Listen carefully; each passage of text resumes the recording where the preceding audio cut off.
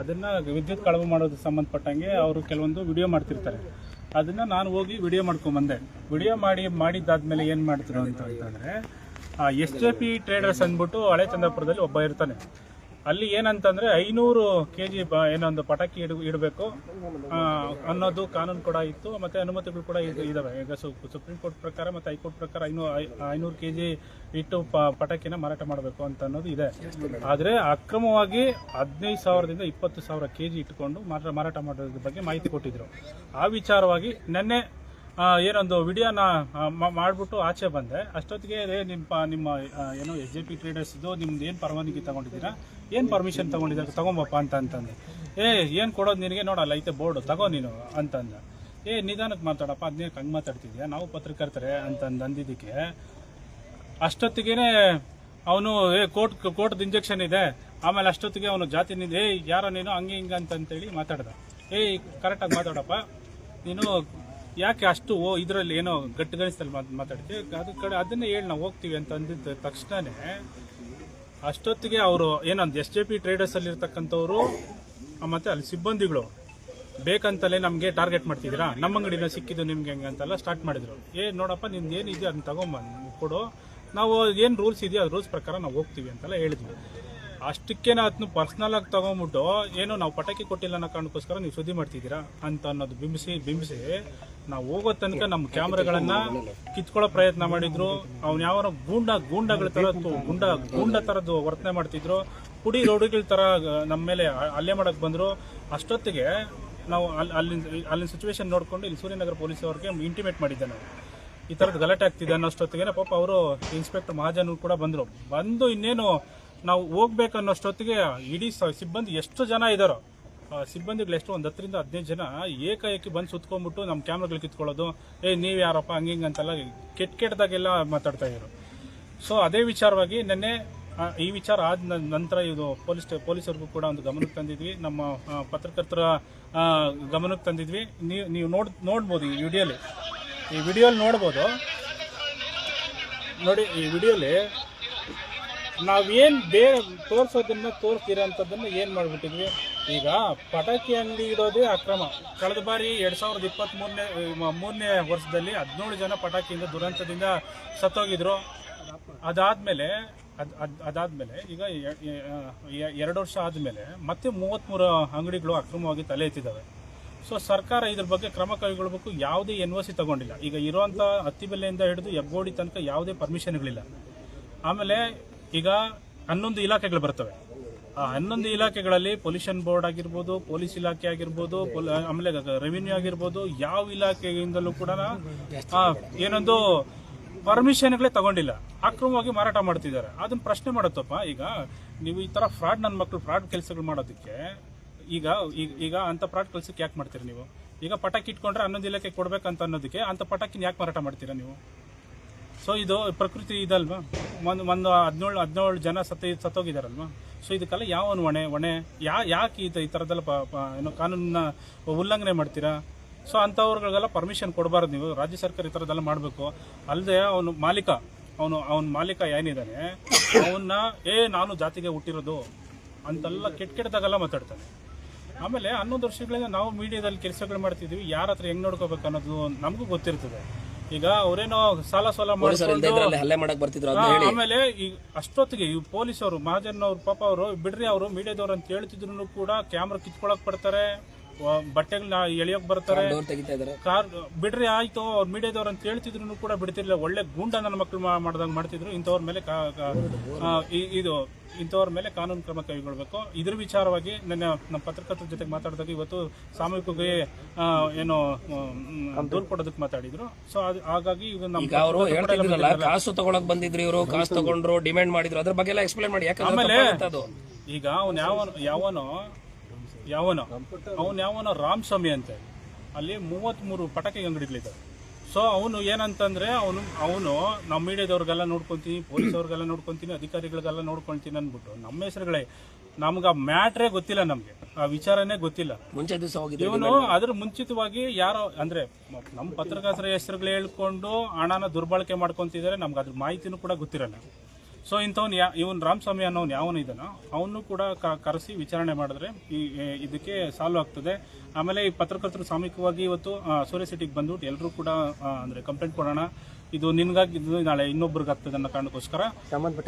So ಈಗ ಇನ್ನೊಂದು ಏನಂತಂದ್ರೆ ಈ ಸಂಬಂಧಪಟ್ಟ ಅಧಿಕಾರಿಗಳು ಕೂಡ ಇದ್ರ ಬಗ್ಗೆ ಕ್ರಮ ಕೈಗೊಳ್ಳಬೇಕು. ಸೊ ನೆಕ್ಸ್ಟ್ ಈಗ ನಮ್ಮ ಇವರು ನಮ್ಮ ಸ್ನೇಹಿತರು ಅಂಬರೀಶ್ ಮಾತಾಡ್ತಾರೆ.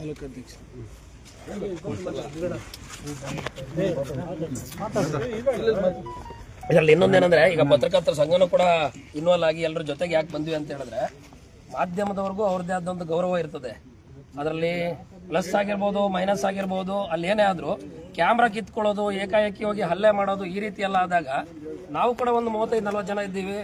ಇಲ್ಲಿ ಪತ್ರಕರ್ತರ ಸಂಘ ಇದೆ, ಯಾರಿಗೂ ಕೇಳೋರಿಲ್ಲ ಹೇಳೋದಿಲ್ಲ ಅಂದ್ಕೊಂಡ್ರೆ ಅದು ಭಾರಿ ತಪ್ಪಾಗುತ್ತೆ. ಇಲ್ಲಿ ಅವ್ರಿಗೆಲ್ಲರಿಗೂ ಒಂದು ಶಕ್ತಿ ಇದೆ. ಇಲ್ಲೂ ಕೂಡ ಸ್ಟೇಟ್ ಮೀಡಿಯಾದವ್ರು ಇರ್ಬೋದು, ಅಥವಾ ಸ್ಥಳೀಯ ಮಾಧ್ಯಮಗಳಿರ್ಬೋದು, ವೀಕ್ಲಿ ಇರ್ಬೋದು, ಅಥವಾ ಯೂಟ್ಯೂಬ್ ಚಾನಲ್ ಅವ್ರು ಇರ್ಬೋದು, ಯಾರೇ ಇರ್ಬೋದು, ಅವ್ರದ್ದೇ ಅದು ಎಲ್ಲರಿಗೂ ಘನತೆ ಗೌರವ ಇದೆ. ಸೊ ಹಾಗಾಗಿ ಇವತ್ತು ನಮಗೆ ಇವತ್ತು ಏನು ಇವು 30 ಅಂದ್ರೆ 28 ಅಕ್ರಮ ಪಟಾಕಿ ಅಂಗಡಿಗಳಿಂದ ಒಂದಷ್ಟು GST ಬರ್ತಾ ಇದೆ ಸರ್ ಅಂತ ಏನು ಥ್ಯಾಂಕ್ಸ್ ಅಂತ ನಮಗೆ ಮೆಸೇಜ್ ಅನ್ನು ಹಾಕಿದ್ರು ಪರ್ಸನಲ್ ಆಗಿ. ಇವತ್ತು ಇದೇ GST ಅಧಿಕಾರಿಗಳು ಅಥವಾ ಇದೇ ಪೊಲೀಸ್ ಇಲಾಖೆ ಆಗ್ಬೋದು, MRP ಅಧಿಕಾರಿಗಳು ಇವರು ಆಗ್ಬೋದು, ಅಥವಾ ಪೊಲೀಸ್ ಇಲಾಖೆ ಆಗ್ಬೋದು, ಅಥವಾ ರೆವಿನ್ಯೂ ಇಲಾಖೆ ಆಗ್ಬೋದು, ಮತ್ತೆ ಬೆಸ್ಕಾಮು ಸೇರಿದಂಗೆ, ಪೊಲ್ಯೂಷನ್ ಕಂಟ್ರೋಲ್ ಬೋರ್ಡ್ ಸೇರಿದಂಗೆ, ಆನೇಕಲ್ನ ಏನು ಅಗ್ನಿಶಾಮಕ ದಳದ ಠಾಣೆಯವರು ಅವರೂ ಸೇರಿದಂಗೆ ಎಲ್ಲರೂ ಸಹ ಈ ಒಂದು ಅಕ್ರಮದಲ್ಲಿ ಭಾಗಿಯಾಗಿರುವಂಥದ್ದೇ. ಎಲ್ಲ ಸರ್ಕಾರಿ ವಾಹನಗಳಲ್ಲೂ ಎಲ್ಲ ಖಾಸಗಿ ವಾಹನಗಳಲ್ಲೂ ಈ ಅಧಿಕಾರಿಗಳು, ಈ ಭ್ರಷ್ಟ ಅಧಿಕಾರಿಗಳು ವಸೂಲಿಯನ್ನ ಮಾಡಿರುವಂಥದ್ದೇ. ಇವರ ಏನು ಬೆಂಬಲ ಇಲ್ಲದೆ ಇವತ್ತು ಏನು ಈ ಪಟಾಕಿ ಅಂಗಡಿಗಳು ಇಲ್ಲಿ ಏನು ನಡೀತಾ ಇಲ್ಲ. ಅವರ ಎಲ್ಲರ ಸಹಕಾರದಿಂದ ಎಲ್ಲರೂ ಕೈ ಜೋಡಿಸಿರೋದ್ರಿಂದಾನೇ ಈ ಒಂದು ಅಕ್ರಮ ಪಟಾಕಿ ಅಂಗಡಿಗಳಲ್ಲಿ ನಡೀತಾ ಇರುವಂತದ್ದು. ಇದಕ್ಕೆ ದುರಂತ ಎಂಬಂತೆ ಕೆಲ ಪತ್ರಕರ್ತರು ಸಹ ಸೇರ್ಕೊಂಡಿದ್ದಾರೆ.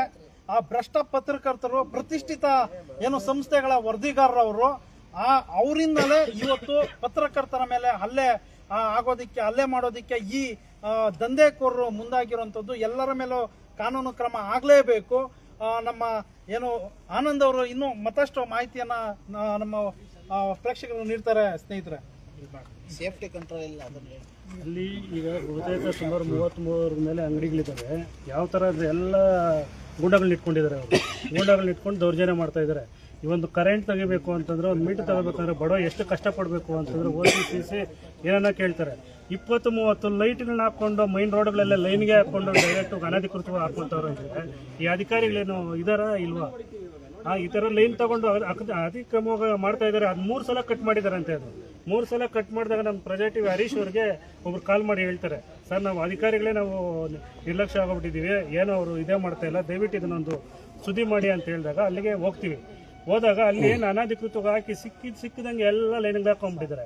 ಅವರು ಕೋಟ್ಯಾಂತರ ರೂಪಾಯಿ ದುಡ್ಡು ಇನ್ವೆಸ್ಟ್ಮೆಂಟ್ ಮಾಡಿದ್ದಾರೆ ಅಂದ್ಬಿಟ್ಟು ಅವರವರೇ ಎದೆ ಚಚ್ಕೊಂತ ನಾವು ಕೋಟಿಗಳು ಹಾಕಿದ್ರೆ ಕೋಟಿಗಳು ಹಾಕಿದ್ದೀರಿ ದುಡ್ಡು ಅಂದ್ಬಿಟ್ಟು ಅನಧಿಕೃತವಾಗಿ ಮಾಡು ಅಂತ ಹೇಳಿದಾರ ಯಾರಾದರೂ? ಆಮೇಲೆ ಅಲ್ಲಿ ಎಲ್ಲ ಯಾವ ಥರ ಅಂತಾರೆ, ಮೀಡಿಯಾದವ್ರ ಮೇಲೇ ಬರ್ತಾರಲ್ಲ, ಕಾರ್ಗಳು ಹೋಗೋಕ್ಕೂ ಬಿಡ್ತಾ ಇಲ್ಲ. ಅದೇನು ನೋಡ್ಬಿಡ್ತೀವಿ, ಯಾವ ಥರ ಹೋಗ್ತಿರೋ ನೋಡ್ಬಿಡೋಣ. ನಾವು 4-5 ಜನದ ಪತ್ರಕರ್ತರು ನಮ್ಮ ಜೊತೆಲಿ ಇದ್ದಾರೆ ಅನ್ನೋ ತರಕ್ಕೆ ಅವರು ಇದು ಮಾಡ್ತಾ ಇದ್ದಾರೆ. ಅವ್ರು ಯಾರು ಏನು ಅಂತ ಗೊತ್ತಿಲ್ಲ. ಅಧಿಕಾರಿಗಳು DT-ವರ್ಗೂ ಕಂಪ್ಲೇಂಟ್ ಮಾಡಿದ್ರು. DT-ವರ್ಗೂ ಕಂಪ್ಲೇಂಟ್ ಮಾಡಿದಾಗ ಅವ್ರು ಹೇಳಿದ್ದಾರೆ ಕೋರ್ಟಲ್ಲಿ ಇದು ಪ್ರಕರಣ ಇರೋದ್ರಿಂದ ನಾವು ಎಂಟ್ರಿ ಆಗ್ತಾ ಇಲ್ಲ, 100% ಇದು ಇಲ್ಲಿಗಲ್, ಇದು ತುಂಬ ಇಲ್ಲಿಗಲ್ ನಡೀತಾ ಇದೆ. ಇದಕ್ಕೆ ನಾವೇನೋ ಓದಕ್ಕೆ ಹೋದ್ರು ನಮ್ಮ ಮೇಲೇನೂ ದುಡ್ಡು ಇಸ್ಕೊಂಡ್ರು ಅಂತ ಆರೋಪ ಮಾಡ್ತಾ ಇರ್ತಾರೆ. ಯಾರಾದರೂ ಈ ಥರ ಮಾಡ್ತಾರೆ. ಇದನ್ನ ಲಾಸ್ಟ್ ಟೈಮ್ 17 ಜನ ಬಲಿ ಕೊಟ್ಟು ಒಂದೊಂದು ಎಣನ ಈಚೆ ತೆಗಿಬೇಕಂದ್ರೆ ಕಣ್ಣಲ್ಲಿ ನೀರು ಬರ್ತಾ ಇತ್ತು. ಆ ಪಟಾಕಿ ಇದು ಆರೋದಕ್ಕೆ 15-20 ದಿವಸ ಬೇಕಾಗಿತ್ತು. ಅದನ್ನು ಆ ವೇಸ್ಟೇಜಲ್ಲಿ ಹಾಕಿದಾಗ ಅಂಥ ಟೈಮಲ್ಲಿ ಎಲ್ಲ ಉನ್ನತ ಮಟ್ಟದ ಅಧಿಕಾರಿಗಳು ಬಂದು ಆ ಒಂದು ಯಾವ್ದು ನಿರ್ಲಕ್ಷ್ಯಕ್ಕೆ ಯಾವ್ದು ಕಾರಣ ಆಗಿದಾರೋ ಅವನ್ನೆಲ್ಲ ಸಸ್ಪೆಂಡ್ ಮಾಡಿ ಮಾನ್ಯ ಲೋಕಾಯುಕ್ತರು ಸಮೇತ ಇದು ಮಾಡಿದ್ರು. ಉಪಾಯುಕ್ತರು ವೀರಪ್ಪ ಅವರಿಗೆ ನಾನು ಒಂದು ನೇರವಾಗಿ ನಮ್ಮ ಪತ್ರಕರ್ತರ ಸಂಘದಿಂದ ನಾನು ಒಂದು ಮನವಿ ಮಾಡಿಕೊಡ್ತಾ ಇದ್ದೀನಿ. ಇಲ್ಲಿ ಎಲ್ಲ ಅಧಿಕಾರಿಗಳು ಬೆಂಬಲ ಇಲ್ದಿರ ಇದಾಗ್ತಾ ಇಲ್ಲ. ದಯವಿಟ್ಟು ನೀವು ದಿಢೀರಂತ ಭೇಟಿ ಮಾಡಿ. ಇಲ್ಲಿ ಏನಿದೆಯೋ ಒಂದು GSTನೂ ಸಮೇತ ಇದು ಮಾಡ್ತಾ ಇಲ್ಲ. ಅವರು ಎಲ್ಲ ರೈಟಿಂಗಲ್ಲೇ ಬರೆದು ಕೊಡ್ತಾರೆ, ಒಂದು ಬಿಲ್ಲು ಸಮೇತ ಕೊಡ್ತಾ ಇಲ್ಲ. ದಯವಿಟ್ಟು ನೀವು ಇದನ್ನ ಒಂದು ದಿಢೀರಂತ ಒಂದು ದಾಳಿ ಮಾಡಿ ಇದನ್ನ ಒಂದು ನ್ಯಾಯ ಕೊಡಿಸ್ಬೇಕು ಈ ಭಾಗದ ಆನೇಕಲ್ ಜನತೆಗೆ ಅಂತ ನಾನು ನನ್ನಲ್ಲಿ ಮನವಿ ಮಾಡಿಕೊಡ್ತಾ ಇದ್ದೀನಿ. ಆಮೇಲೆ ಈಗ ಪಟಾಕಿ ಅಂಗಡಿಯನ್ನ ಏನೊಂದು ಅತಿ ಬೆಲೆಯಲ್ಲಿ ಇಟ್ಕೊಂಡಿದಾರಲ್ವಾ, ಈಗ ಪಟಾಕಿ ಇಟ್ಕೊಂಡಿರೋ ವಿಚಾರವಾಗಿ ಈಗ ಈ ಪಟಾಕಿ ಅನ್ನೋದು ಈಗ ಉದ್ಯಮ ಆಗಿ ಮಾಡ್ಕೊಂಡಿದಾರಲ್ವ, ಈಗ ಪಟಾಕಿ ಇಡೋದ್ರಿಂದ ಏನೀಗ ದೇಶ ಸೇವೆ ಮಾಡ್ತಿದ್ದಾರೆ ಅವರು, ಇಲ್ಲ ದೇಶ ಪ್ರೇಮಿ ಕೆಲಸಗಳನ್ನ ಮಾಡ್ತಿದ್ದಾರೆ, ಇಲ್ಲ ಫ್ರೀಯಾಗಿ ಅದನ್ನು ಕೊಡ್ತಿದಾರ? ಈಗ ಪಟಾಕಿ ಇಡೋದ್ರಿಂದ ಕಮರ್ಷಿಯಲ್ ಆಗಿ ಮಾಡ್ಕೊಳ್ಳೋದ್ರಿಂದ ಈಗ 11 ಇಲಾಖೆಗೆ ನಾವು ದುಡ್ಡು ಕೊಡಬೇಕು, ಆ ಇಲಾಖೆಗೆ ದುಡ್ಡು ಕೊಡಬೇಕು, ಈ ಇಲಾಖೆಗೆ ಕೊಡಬೇಕು ಅಂತ ಹೇಳ್ತಾರೆ. ಈಗ ಪಟಾಕಿ ಬಿಸ್ನೆಸ್ ಮಾಡಿಲ್ಲ ಅಂತಂದ್ರೆ ಇಂಥ ಫ್ರಾಡ್ ಕಾಸುಗಳೇ ಮಾಡಕ್ಕೆ ಆಗಲ್ವಲ್ಲ. ಈಗ ನೀವು ಇಷ್ಟು ದುಡ್ಡು ಕೊಟ್ಬಿಟ್ಟು ಪಟಾಕಿ ಇಡೋ ಬದಲು ಅಂತ ಪಟಾಕಿನೇ ಇಡಬೇಡಿ. ನೀವು ಯಾಕೆ ದುಡ್ಡು ಕೊಡ್ತೀರಾ? ಲೀಗಲ್ ಆಗಿ ಪಟಾಕಿನ ಇಟ್ಕೊಂಡು ಲೀಗಲ್ ಆಗಿ ಏನ್ ನಿಯಮಗಳಿದಾವೋ ಆ ನಿಯಮಗಳನ್ನ ಪಾಲನೆ ಮಾಡಿ ಪಟಾಕಿ ಅಂಗಡಿ ಇಟ್ಕೊಳ್ಳಿ. ಯಾವನ್ ಕೇಳ್ತಾನೆ ನಿಮಗೆ? ಸೊ ಈಗ ನಾವು ಈ ತರದ ಇದೇ ತರದ್ದು ನಮ್ಮಲ್ಲೇ ಕೆಲವು ಪತ್ರಕರ್ತರು ಕ್ರಿಮಿಗಳು ಏನ್ ಮಾಡ್ತಿದ್ದಾರೆ ಅಂತಂದ್ರೆ, ಸೊ ಅವ್ರು ಮಾಡೋ ಅನಾಚಾರಗಳಿಗೆ ಎಲ್ಲರಿಗೂ ಕೂಡ ಕೆಟ್ಟ ಹೆಸರುಗಳಾಗ್ತಿದಾವೆ ಇಲ್ಲಿ. ಸೊ ಇಂಥ ಪತ್ರಕರ್ತರಿಗೆ ಕಡಿವಾಣ ಹಾಕಬೇಕು. ಇವತ್ತು ನಾವೇನು ಸೂರ್ಯ ಸಿಟಿ ಪೊಲೀಸ್ ಠಾಣೆಯಲ್ಲಿ ಕೂಡ ದೂರು ಕೊಟ್ಟಿದ್ದೀವಿ. ಆ ಸಂಸ್ಥೆಗಳಿಗೂ ಕೂಡ ಎಚ್ಚೆತ್ತು ಕೆಲಸಗಳನ್ನ ನಾವು ಮಾಡ್ತೀವಿ. ಇವತ್ತೇನು ನಾವು ಕಂಪ್ಲೇಂಟ್ ಕೊಟ್ಟಿದ್ದೀವಿ ಅವನ್ನ ಕರ್ಕೊಂಡ್ಬಂದು ಒಳಗೆ ಕೊಡಿಸ್ಬೇಕು. ಇಲ್ಲ ಅಂತಂದ್ರೆ ನಾವು ಉಗ್ರ ಹೋರಾಟ ಮಾಡ್ತೀವಿ ಮುಂದಿನ ದಿನಗಳಲ್ಲಿ. Thank you.